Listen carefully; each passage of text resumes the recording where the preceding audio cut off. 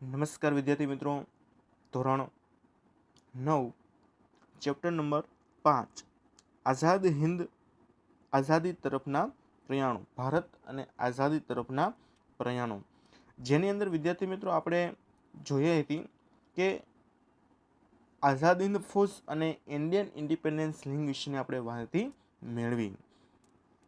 હવે આપણે જોવાનું છે સુભાષચંદ્ર બોઝ દ્વારા કામચલાઉ સરકારની સ્થાપના કરવામાં આવી હતી.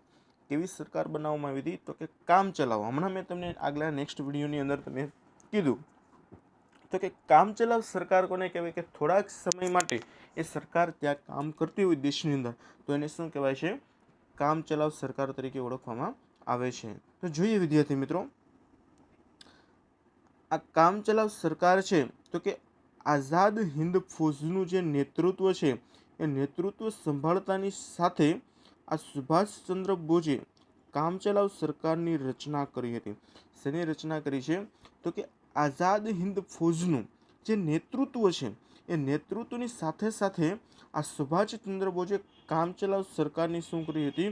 તો કે રચના કરવામાં આવેલી હતી. એટલે કે આઝાદ હિન્દ ફૌજનું નેતૃત્વ પણ તે સંભાળતા હતા, કેમ કે આપને ખબર છે એને એના વડા તરીકે બનાવવામાં આવ્યા હતા. રાસબિહારી બોઝે એને આખું પોતાનું રાજીનામું આપી અને સુભાષચંદ્ર બોઝને આપણે એના વડા તરીકે નીમવામાં આવ્યા હતા. સર્વસંમતિથી એને નીમવામાં આવ્યા હતા, એવું આપણે આગળ જોઈ ગયા. આ સુભાષચંદ્ર બોઝે કામચલાઉ સરકારની પણ સાથે સાથે શું કરી હતી? રચના કરી. એક બાજુ તેને આ આઝાદ હિન્દ ફૌજનું નેતૃત્વ પણ સંભાળ્યું હતું અને સાથે સાથે આ કામચલાઉ સરકારની એને શું કરી હતી? રચના પણ તેને કરી હતી. જેની અંદર તેઓ વડાપ્રધાન અને લશ્કરના સર્વોચ્ચ વડા બન્યા હતા. ત્યારે જેમાં તેઓ વડાપ્રધાન હતા અને લશ્કરના સર્વોચ્ચ વડા હતા. એક ફૌજ તરીકે, એક સૈનિક તરીકે તેને વડા તરીકે એને આગળ કામ પણ કર્યું હતું. અને હિન્દની આ કામચલાઉ જે સરકાર છે, આ હિન્દ એટલે કે ભારત દેશની આ જે કામચલાઉ સરકારે જાપાન, જર્મની, ચીન, ઇટાલી, બર્મા વગેરે દેશોને માન્યતા આપી હતી કે તમે આવી કામચલાઉ સરકાર છે એ ભારત દેશની અંદર તમે રચી શકશો, એવું આ આઝાદ હિન્દ ફૌજ માટે આવું એને માન્યતાઓ એને આપી હતી. અને આ સરકારે હિન્દી ભાષાને રાષ્ટ્રીય ભાષા અને રાષ્ટ્રધ્વજ તરીકે તિરંગો ધ્વજ શું કર્યો હતો? સ્વીકાર કર્યો હતો. ત્યારથી આપણે જોઈએ કે આપણી રાષ્ટ્રીય ભાષા છે એ ત્યારે જાહેર કરવામાં આવી હતી, જ્યારે સુભાષચંદ્ર બોઝ એ કામચલાઉ સરકાર રચી અને આપણા વડાપ્રધાન બન્યા હતા અને એક હિન્દ ફૌજ જ્યારે ચલાવ્યું હતું ત્યારે આપણી ભાષાને એટલે કે હિન્દની ભાષાને હિન્દી રાષ્ટ્રભાષા તરીકે જાહેર કરી હતી અને આપણો રાષ્ટ્રધ્વજ તરીકે તેને તિરંગો તેને પસંદ કરવામાં આવ્યો હતો અથવા સ્વીકારવામાં આવ્યો હતો. આમ આવક માટે જાપાનની સહાય, સ્વૈચ્છિક ફાળો, મિલકત વેરો રાખવાનું નક્કી થયું અને નેતાજીએ 1943માં અંદમાન નિકોબાર ટાપુની મુલાકાત લઈ અને ટાપુઓનો અનુક્રમે શહીદ અને સ્વરાજ નામ એવા પણ આપ્યા હતા.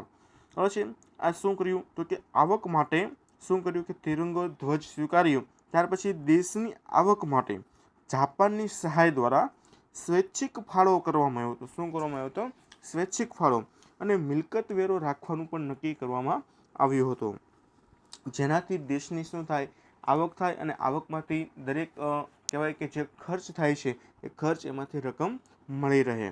એ માટે નેતાજીએ 1943ની અંદર આ અંદમાન નિકોબાર ટાપુઓની મુલાકાત પણ લીધી હતી. બરાબર છે? ત્યારે વડાપ્રધાન હતા ત્યારે તેને અંદમાન નિકોબાર ટાપુની મુલાકાત લીધી અને એ ટાપુઓને અનુક્રમે બે નામ આપવામાં આવ્યા હતા, એક શહીદ અને એક સ્વરાજ એવું નામ તેને આપવામાં આવ્યું હતું. આ હતી કામચલાઉ સરકારની સ્થાપના. ત્યાર પછી વાત કરીએ તો જેની અંદર તો કે અંતિમ તબક્કો અને સુભાષ બાબુની શહીદી. પછી અંતિમ તબક્કો કે સુભાષ કે જે નેતાજી છે એ એનું અંતિમ કામ શું હતું અને તે શું કાર્ય કર્યું અને સુભાષ બાબુની જે શહીદી, દેશ માટે કેવું એનું પોતાનું પગલું ભરેલું હતું, દેશ માટે કેવા એક શહીદ બની ગયા, જેના વિશેની વાત છે અહીંયા આપણે આ ફકરાની અંદર આપણે કરવાની છે. જોઈએ વિદ્યાર્થી મિત્રો, તો કે નેતાજીના નેતૃત્વ હેઠળના આ સૈન્યની ટુકડીઓએ રંગૂન, પ્રોમી, કોહિમા એટલે કે હાલના નાગાલેન્ડની રાજધાની વગેરે, આ જે કોહિમા છે એ હાલની નાગાલેન્ડની શું છે, રાજધાની છે, એ પ્રદેશોને શું કર્યા હતા, કબજે કર્યા. કબજે એટલે એને જીતી લીધેલા હતા. આ નેતાજીનું જે નેતૃત્વ, એની એક સૈન્ય એટલે કે એની જે આઝાદ હિન્દ ફૌજ રચના કરી હતી, એક ટુકડી હતી, એ રંગૂન, પ્રોમ, કોહિમા એટલે કે હાલનું નાગાલેન્ડનું રાજધાની છે, એ પ્રદેશ કબજે કરી અને 1944માં ઇમ્ફાલ એટલે કે હાલમાં મણિપુરની રાજધાની પણ જીતી લીધી હતી. આ છે ઇમ્ફાલ છે એ હાલની મણિપુરની શું છે, રાજધાની હતી.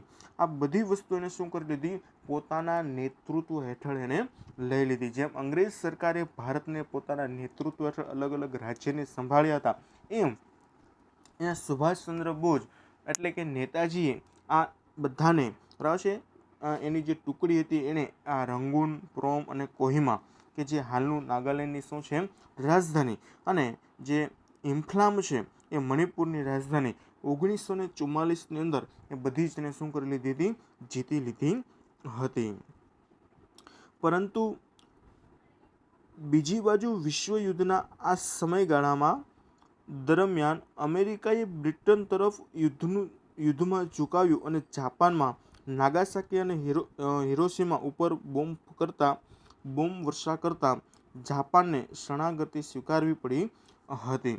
શું થાય છે, એક બાજુ વિશ્વયુદ્ધના આ સમયગાળો હતો, બીજી બાજુ આ વિશ્વયુદ્ધ કેમ કે 1945માં થાય છે શરૂ હશે, એક બાજુ આ બીજા વિશ્વયુદ્ધનો સમયગાળામાં દરમિયાન જ્યારે અમેરિકાએ બ્રિટન તરફે યુદ્ધમાં ઝુકાવ્યું, બરાબર છે, એટલે કહેવાય છે કે જાપાનની અંદર કે જે એવા બે શહેરો આવેલા છે કે નાગાસાકી અને હિરોશીમા, આ શહેરો ઉપર અમેરિકાવાળાએ શું કર્યા, બોમ્બ ફેંક્યા એટલે જાપાનને એને શું કરવી પડી, શરણાગતિ એટલે કે તેને હાર માનવી પડી હતી. જેના કારણે કહેવાય છે કે જેથી આ નેતાજી છે, નેતાજીની આઝાદ હિન્દ ફૌજને મળતી જાપાનની સહાય શું થઈ ગઈ, બંધ. કેમ કે આઝાદ હિન્દ ફૌજને સૌથી વધુ સહાય કયો દેશ કરતો હતું, તો કે જાપાન કરતું હતું. પણ અમેરિકાએ આ જાપાન સાથે યુદ્ધ કર્યું બીજા વિશ્વયુદ્ધની અંદર. એવા બે શહેરો હતા કે જેને અણુબોમ્બ ફેંક્યા હતા અને આખા હિરોશીમા અને નાગાસાકી જેવા શહેરોને આખા કેવા કરી નાખ્યા, બરબાદ, સળગાવી દીધા સાવ અણુબોમ્બ ફેંકીને. ત્યારે જાપાને એને શરણાગતિ સ્વીકારી, હાર સ્વીકારી, ત્યારે કહેવાય છે નેતાજીને જે એની મદદ મળતી હતી એ ક્યાંથી મળતી હતી, જાપાનમાં. તો એ જાપાનની બધી સહાય શું કરી દીધી હતી, બંધ કરી દીધી હતી. તદુપરાંત બ્રિટનના હવાઈ જહાજોની આઝાદ હિન્દ ફૌજ ઉપરના બોમ્બમારાને લીધે સ્થિતિ વધુ કેવી બની હતી, વણસી બની હતી. બરાબર, આઝાદ હિન્દ ફૌજ ઉપરનો જે બોમ્બમારો થયો હતો તો તેના લીધે સ્થિતિ વધુ કેવી બની હતી, એક મુશ્કેલીવાળી બની હતી. બરાબર છે, જહાજ હતા એને ફોડી નાખવામાં આવ્યા હતા, બોમ્બ મારીને તોડી નાખવામાં આવ્યા હતા. અને નેતાજી સુભાષચંદ્ર બોઝ આ કપરી પરિસ્થિતિમાં વિમાન મારફતે બેંકોક ગયા. ત્યાંથી વિમાન મારફતે ફટાફટ ક્યાં વયા ગયા, તો કે બેંકોક વયા ગયા. ત્યાંથી સાયગોન ગયા, ત્યાંથી ફાર્મોસા ટાપુના તાઇવાન વિમાન મથકે પહોંચી ગયા હતા. બરાબર છે, આટલા બધા દેશની અંદર એણે મુલાકાત કરી હતી. બરાબર છે, વિમાનની અંદર બેસી અને બેંકોક ગયા, બેંકોકથી સાયગોન ગયા, સાયગોનથી ફોર્મોસા ટાપુ છે ત્યાં તાઇવાન વિમાન મથકે પહોંચ્યા. પણ વિમાનમાં અકસ્માતથી આગ લાગતા, બરાબર છે, હોસ્પિટલમાં સારવાર દરમિયાન તેનું અવસાન પામ્યા હતા. 18 ઓગસ્ટ અને 1945માં, બરાબર છે, તેનું શું થયું હતું, તો કે સુભાષ બાબુનું એટલે કે નેતાજીનું અવસાન થયું છે એવું માનવામાં આવી રહ્યું છે. અલબત્ત આ સુભાષ બાબુનું આ વિમાન અકસ્માતમાં અવસાન થયું તે જ બાબતે આજ પણ એક વલણ ઉકલ્યું રહી શક્યું છે. બરાબર, પણ અકસ્માતમાં અવસાન થયું તે બાબતે આજે પણ એક વણ ઉકેલ્યું રહસ્ય રહી ગયું છે. બરાબર છે, ચોક્કસ માહિતી નથી કે એનું અવસાન છે ત્યાં થઈ ગયું. બરાબર છે, પણ એક વણ ઉકેલ્યું આપણે કદાચ ઉકેલી શક્યા નથી, એને ચોક્કસ રીતે જાણી શક્યા નથી કે આ અવસાન છે એ વિમાનમાં જ થયું છે કે પછી બીજી કઈ જગ્યાએ થયું, બરાબર છે. એટલે કે એનું કેવું થયું છે, વણ ઉકેલ્યું એનું રહસ્ય રહી ગયેલું છે. તો આ હતું સુભાષચંદ્ર બોઝની અંતિમ તબક્કો, બરાબર છે. હવે મિત્રો આવશે સ્વતંત્ર પ્રાપ્તિ અને હિંદના ભાગલા. હવે હિંદે કઈ રીતે ભાગલા પાડ્યા છે એના વિશેની અહીંયા ચર્ચા વિચારણા કરવામાં આવશે. વિદ્યાર્થી મિત્રો, જો કોઈ પ્રશ્ન હોય તો વિડીયોના કોમેન્ટ બોક્સની અંદર લખવું, જેથી કરી આપને બધી માહિતી મળી રહે. અવશ્ય વિદ્યાર્થી મિત્રો, જય હિન્દ,